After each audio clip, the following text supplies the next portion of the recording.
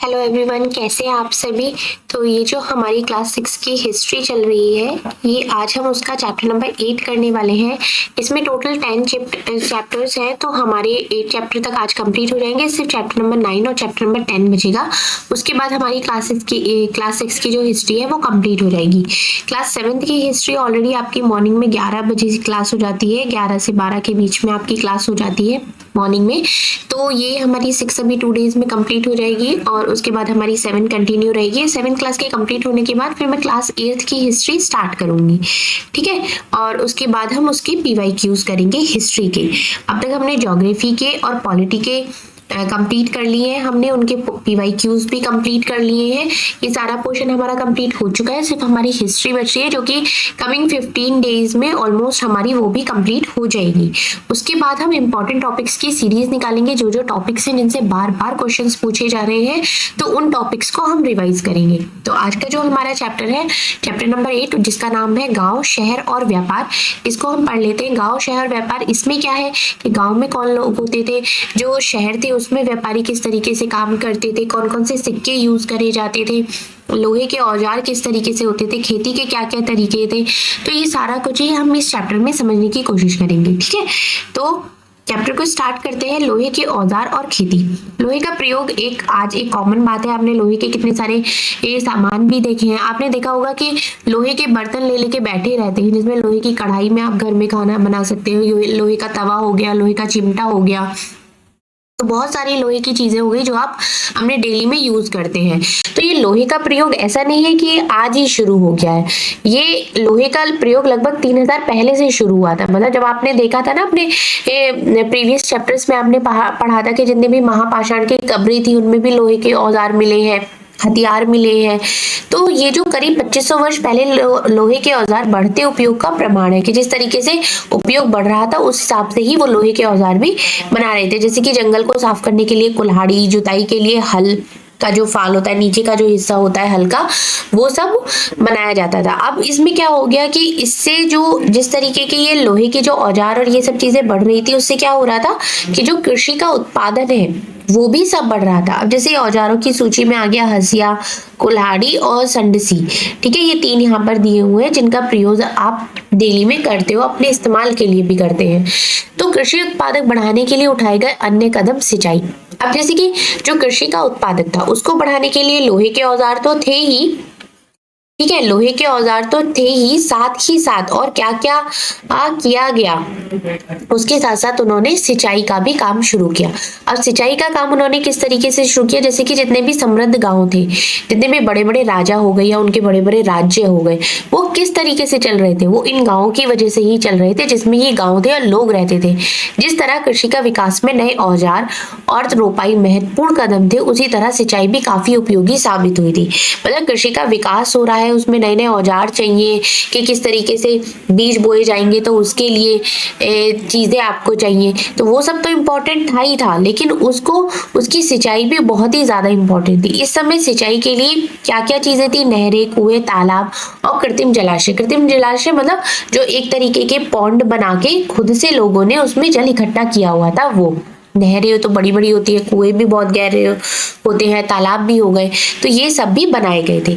अब यहाँ पर ये एक एक्टिविटी दी हुई है इसमें आप देख सकते हैं कि सिंचाई में जो जो चेंजेस आए हैं वो आपको यहाँ पर नोट करने।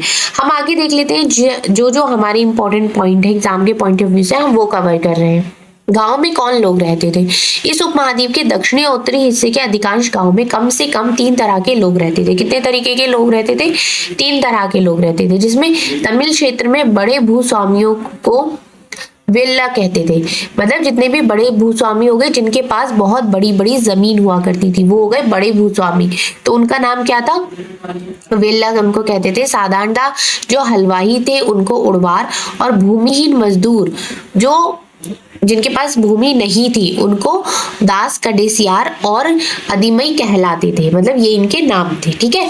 अब देश का जो उत्तरी हिस्सा था उसमें गांव का प्रधान व्यक्ति ग्राम भोजक कहलाता था। जैसे कि नॉर्मली आपने देखा होगा गांव में ग्राम प्रधान होता है, प्रधान होता है गांव में, इस तरीके से ये बना हुआ था। लेकिन इसमें क्या होता था, ये जो ग्राम प्रधान एक बार बन गया, पीढ़ी दर पीढ़ी यही चलता रहता था। इसी के परिवार के लोग ही, जैसे कि बेटा बन गया, फिर उसका बेटा बन गया, फिर उसका बेटा बन गया, तो पीढ़ी दर पीढ़ी यही बने रहते थे। मतलब ये क्या था, ये पद जो था इनका अनुवांशिक था कि भैया इसके बाद ये आना ही आना है। तो इसके पद पर जो आमतौर का वो गांव, ये कौन होता था, जिसके पास गांव में सबसे ज्यादा जमीन होती थी। ये वो बंदा था जिसके पास गांव में सबसे ज्यादा जमीन होती थी, जो सबसे बड़ा भूस्वामी होता था। और इनकी जमीन में कौन काम करते थे, दास काम करते थे और मजदूर काम करते थे। ये अपनी जमीन में काम नहीं करते थे कि इनके ये इतने बड़े थे, इनकी जमीन इतनी सारी थी, तो इनके जमीन में जो काम करते थे वो दास लोग काम करते थे और मजदूर काम करते थे। और एक इम्पॉर्टेंट कारण था इनके प्रभावशाली होने का, वो क्या था कि जो राजा था वो टैक्स वसूलने के लिए या कर वसूल करने के लिए भी इन्हीं लोगों को लगवाता था। मतलब ये एक तरीके से न्यायाधीश का या कभी कभी पुलिस का काम भी करते थे, ये जो ग्राम प्रधान होते थे। इसकी बात चल रही है, ठीक है। अब ग्राम प्रधान के अलावा और भी लोग होते थे जो स्वतंत्र कृषक भी होते थे, जिन्हें गृहपति कहते थे, ठीक है। ग्राम प्रधान तो हो ही गया, उससे अलग भी बहुत लोग थे जो किसी के अंडर में नहीं थे, वो स्वतंत्र कृषक थे, अपनी मर्जी से खेती करने वाले थे। इनमें जो ज्यादातर लोग होते थे वो छोटे किसान होते थे, और कुछ ऐसे लोग भी, स्त्री पुरुष भी थे, जिनके पास अपनी जमीन नहीं होती थी।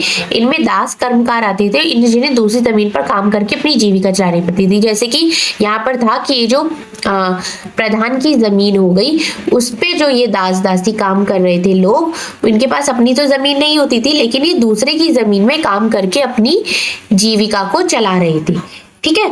तो अब जो अधिकांश गांव में कौन कौन से लोग हो गए, कुम्हार हो गए, लोहार हो गए, बढ़ई हो गए, बुनकर हो गए, ये कुछ इस तरीके के शिल्पकार भी होते थे, ठीक है। अब यहाँ पर बात आती है सिक्के। उससे पहले ये देखते हैं प्राचीनतम तमिल रचनाएं कौन सी थी और आहत सिक्के कौन से थे। अब आहत सिक्के क्या थे? आहत सिक्के सामान्यतः आयताकार और कभी कभी वर्गाकार या गोल होते थे। मतलब कभी वो आयत के फॉर्म में थे, कभी कभी गोल थे, कभी कभी वर्ग के फॉर्म में थे, ठीक है। तो ये किस तरीके से बनाए जाते थे? ये धातु की चादर को काटकर या धातु को चपटा कर लेते थे और उसके फिर गोलाकार में काट दिए जाते थे। इस तरीके के ये सिक्के हुआ करते थे। इन सिक्कों पर कुछ लिखा हुआ नहीं होता था, बल्कि एक तरीके का चिन्ह जैसे होता है ना कि ठप्पा लगा देते, इस तरीके से बनाए जाते थे, जिनको आहत सिक्के कहते थे। और ये सिक्के उपमहाद्वीप के लगभग ज्यादातर हिस्सों में पाए जाते थे और ईसा की आरंभिक सदियों तक ये प्रचलन में रही, ठीक है। ये तो हो गए आहत सिक्के। अब अगर हम देखें, ये आता है तमिल की प्राचीनतम रचनाओं को संगम साहित्य कहते हैं। रचनाओं की बात हो रही है, इनकी रचना करीब 2300 साल पहले की गई थी। इन्हें संगम इसलिए कहा जाता है क्योंकि मदुरै की कवियों के सम्मेलन में इनका संकलन किया जाता था। गाँव में रहने वालों के जिन तमिल नामों का उल्लेख यहाँ किया गया है वे संगम साहित्य में पाए जाते हैं, ठीक है। अब यहाँ पर सिक्के की बात कर लेते हैं। जैसे पुरातत्वविदों को इन युग के हजारों सिक्के मिले थे। पुराने सिक्के आहत सिक्के थे जो करीब 500 साल तक चले थे। ये यहाँ पर आप देख सकते हैं, ये आहत सिक्के हैं, ठीक है। तांबे के सिक्कों पर विभिन्न आकृति को आहत कर बनाए जाने के कारण इन्हें आहत सिक्के कहा जाता था। मतलब चांदी और तांबे के, ये किन दो धातुओं के बने होते थे? ये होते थे चांदी और तांबे, ठीक है। ये आप अपने नोट्स में नोट करते रहिएगा। अब यहाँ पर देख लेते हैं, ये तो हो गया। अब ये एक अन्य साधन है जिसकी एक कविता इन्होंने यहाँ पर दी हुई है। हम देखते हैं कि अब बात आती है नगर की। गांव की बात हो गई, अब नगर की बात करते हैं कि वहां पर कौन कौन सी गतिविधियां होती थी, कौन कौन सी गतिविधियों के केंद्र थे।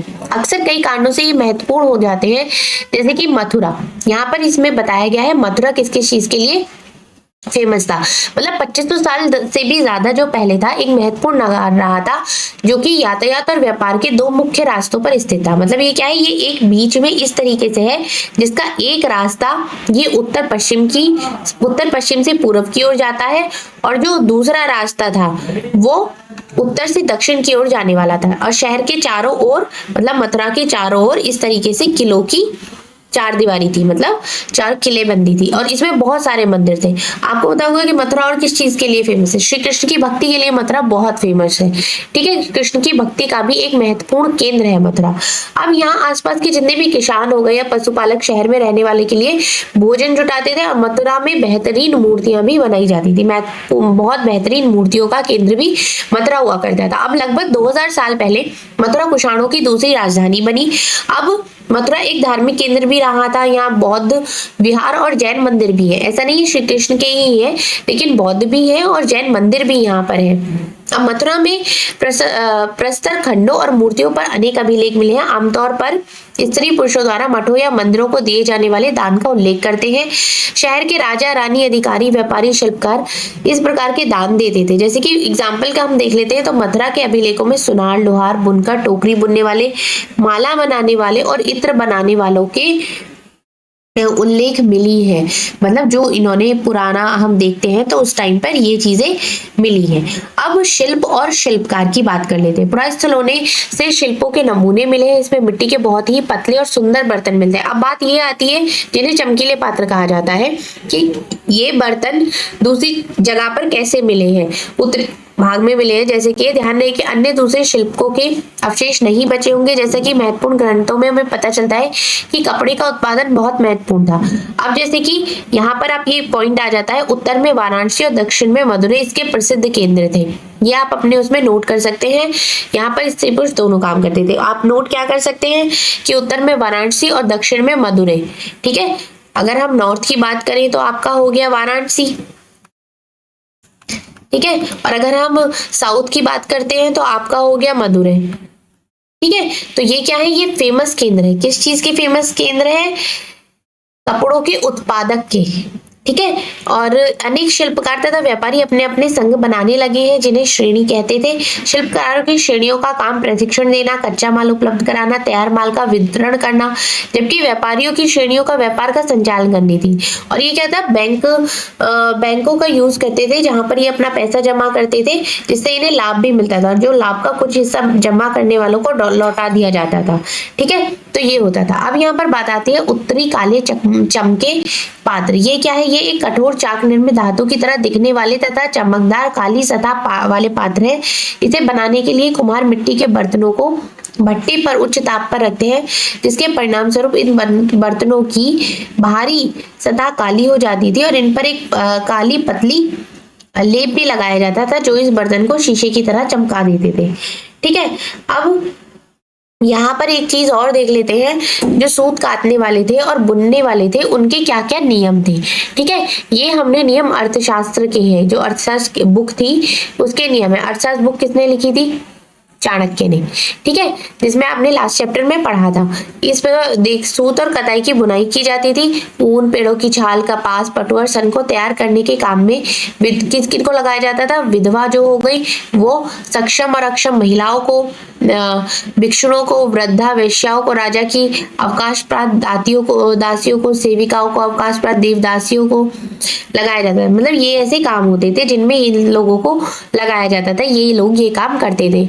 अब क्या था, जिन महिलाओं को बाहर निकलने की अनुमति नहीं थी वे अपनी दासियों को भेजकर कच्चे माल को मंगवा सकती थी।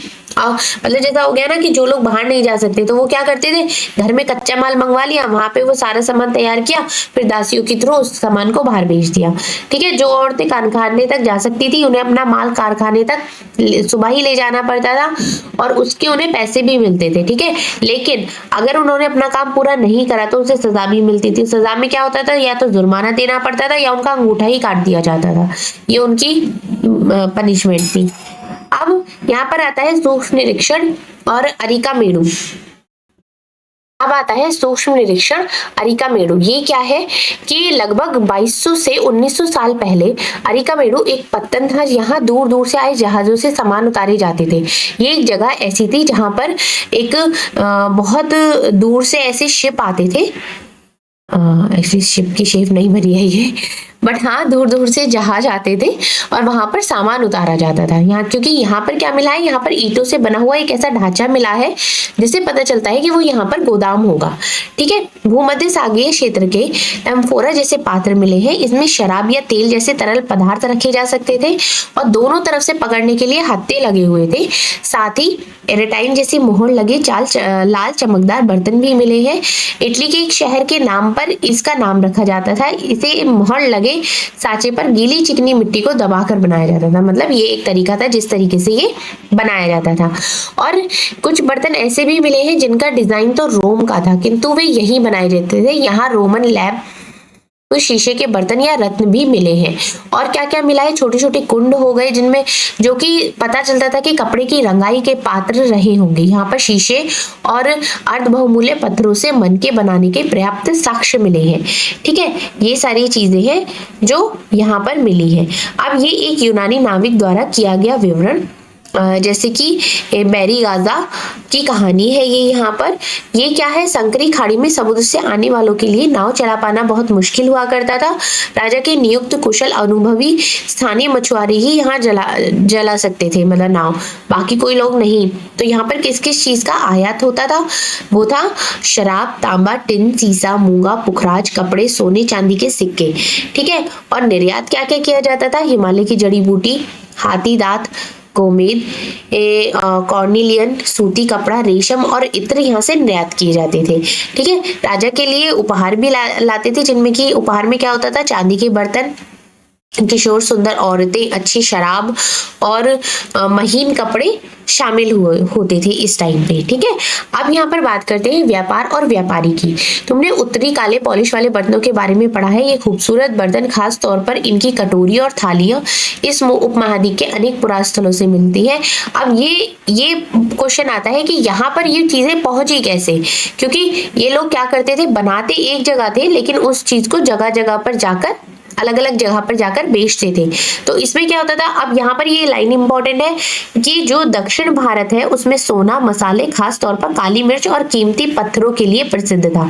अब यहाँ पर होते थे जो आपका दक्षिण भारत है, मतलब साउथ साइड है इंडिया की, वो किस किस चीज के लिए फेमस है, ये हो गया आपका सोना, गोल्ड के लिए, आपके मसाले हो गए, मसालों के लिए ये फेमस है, और काली मिर्च किसके लिए हो गया, मेन काली मिर्च हो गई जो सबसे ज्यादा यहाँ पर मिलती है, और बहुत ही कीमती पत्थर भी मिलते हैं। अब जिसको काली मिर्च की रोमन साम्राज्य में इतनी ज्यादा डिमांड थी जिसे काले सोने के नाम से जाना जाता था। अगर आपसे पूछे काला सोना तो उसको हम क्या कहेंगे, और ऑप्शंस में दिए आपको सोना, मसाले, काली मिर्च, पत्थर, तो आप उस पर किस पे टिक करेंगे, काली मिर्च पे टिक करेंगे, क्योंकि काली मिर्च को काले सोने के नाम से बुलाते थे। ये इतनी ज्यादा इसकी डिमांड थी उस टाइम पर।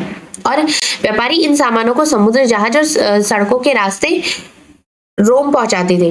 दक्षिण भारत में ऐसे अनेक रोमन सोने के सिक्के मिले हैं जिससे यह अंदाजा लगाया जाता है कि उन दिनों रोम के साथ बहुत अच्छा व्यापार चल रहा था। ठीक है, तो अब यहाँ पर हम देख लेते हैं, व्यापारियों ने कई समुद्री रास्ते भी खोज निकाले थे। कुछ समुद्र के किनारे चलते थे, कुछ अरब सागर, बंगाल की खाड़ी पार करते थे। नाविक मानसूनी हवा का फायदा उठाते थे और अपनी यात्रा को जल्दी पूरा कर लेते थे। और ये कहाँ तक पहुंचते थे, अफ्रीका या अरब के पूर्वी तट से इस उपमहाद्वीप के पश्चिमी तट पर पहुंचना चाहते थे। ठीक है, और लंबी यात्राओं के लिए इन्होंने क्या किया था, बहुत ही मजबूत जहाज का निर्माण भी किया था। अब यहाँ पर देख लेते हैं समुद्र तटों से लगे राज्य, वो कौन कौन से राज्य थे, बड़े तटीय प्रदेश हैं, इनमें से बहुत से पहाड़ हो गए, पठार या नदी के मैदान है। और नदी के मैदानों में क्या होता था, कावेरी का मैदान जो था वो सबसे ज्यादा उपजाऊ मतलब यहाँ पर खेती जो थी वो सबसे ज्यादा और सबसे अच्छी हुआ करती थी। और मैदानी इलाके या तटीय इलाकों के सरदारों और राजाओं के पास धीरे धीरे काफी संपत्ति और शक्ति हो गई थी। उन्होंने धीरे धीरे करके अपना सारा जो जमीन थी वहां पर वो सब बढ़ा ली थी। और यहाँ पर एक तमिल शब्द यूज होता है जिसका अर्थ है तीन मुखिया। इसका प्रयोग तीन शासक परिवारों के मुखियाओं के लिए किया जाता था, जिसमें आता था चोल, चेर और पांड्य। ठीक है, और जो करीब 2300 साल पहले दक्षिण भारत में काफी शक्तिशाली माने जाते थे। और इनके जो मुखिया होते थे उनका अपना अपना सत्ता का केंद्र था, तटीय हिस्से में, कुछ अंदरूनी हिस्से में था। इस तरह 6 केंद्रों में से 2 बहुत इंपॉर्टेंट हो जाते थे। ठीक है, अब ये मुखिया क्या करते थे, नियमित करके ब्याज उपहारों की मांग करते थे कभी कभी ये सैनिक अभियानों पर भी निकल पड़ते थे, आसपास के इलाकों से शुल्क ले लेते थे, धन अपने पास रखते थे, जितने की नाते समर्थक हो गए, नाते रिश्तेदार सिपाही हो गए, उनको उनके बीच में बांट देते थे, उनकी कविताओं के रूप में प्रशंसा करते थे, उसके बाद उनको दे देते थे। तो जो कीमती जवाहरात, सोने, घोड़े, हाथी, सुंदर कपड़े, ये सब दे दिया करते थे। अब इसके 200 वर्ष बाद पश्चिम भारत में सातवाहन नामक राजवंश का प्रभाव बढ़ गया था, मतलब 200 साल के बाद। अब ये क्या था, ये इनका जो प्रमुख राजा था वो गौतमी पुत्र श्री सातकर्णी था। इसके बारे में हम जो पता चला है उसकी माँ गौतमी बलश्री द्वारा दान किए गए एक अभिलेख से पता चला है। और अन्य सभी सातवाहक शासक दक्षिणापथ के स्वामी कहे जाते थे। ठीक है, अब दक्षिणापथ का जो मेन मत अर्थ होता है वो कौन सा होता है, मतलब दक्षिण की ओर जाने वाला रास्ता। दक्षिणापथ, पथ का मतलब होता है रास्ता, और दक्षिणापथ हो गया मतलब दक्षिण की ओर जाने वाला रास्ता। ठीक है, और आगे हम देख लेते हैं इसमें कि रेशम मार्ग और कुषाण, ये क्या था, कुछ शासक इतने बड़े बड़े हिस्सों पर अपना नियंत्रण करना चाहते थे, क्योंकि इन रास्तों पर यात्रा कर रहे व्यापारी से उन्हें टैक्स, शुल्क, तोहफे में जरिए लाभ मिलता था। इसके बदले ये जितने भी शासक होते थे इन व्यापारियों को अपने राज्य से गुजरते वक्त लुटेरों के आक्रमण से भी सुरक्षित करते थे। और सिल्क रूट पर नियंत्रण रखने वाले शासकों में सबसे प्रसिद्ध कौन से थे, कुषाण थे, जिन्होंने 2000 साल पहले मध्य एशिया या पश्चिमोत्तर भारत पर इनका शासक था। पेशावर और मथुरा इनके दो मुख्य शक्तिशाली केंद्र थे, और जो तक्षशिला होती है वो इन्हीं के राज्य का हिस्सा थी। ठीक है, और ये शासनकाल में जो सिल्क रूट की एक शाखा थी, ब्रांच थी, वो मध्य एशिया से होकर सिंधु नदी के मुहाने के तनों तक जाती थी, और जहां से ये जहाजों के द्वारा रेशम और पश्चिमी की ओर रोमन साम्राज्य तक पहुंचता था। ठीक है, तो ये जो हमारा चैप्टर है ये कंप्लीट होता है। अभी एक दो चैप्टर्स और रह गए हैं, वो भी एक दो दिन में कंप्लीट हो जाएंगे आपके। तो अगर आपको वीडियोस अच्छी लग रही है, यूजफुल लग रही है, तो वीडियोस को शेयर भी करें और चैनल को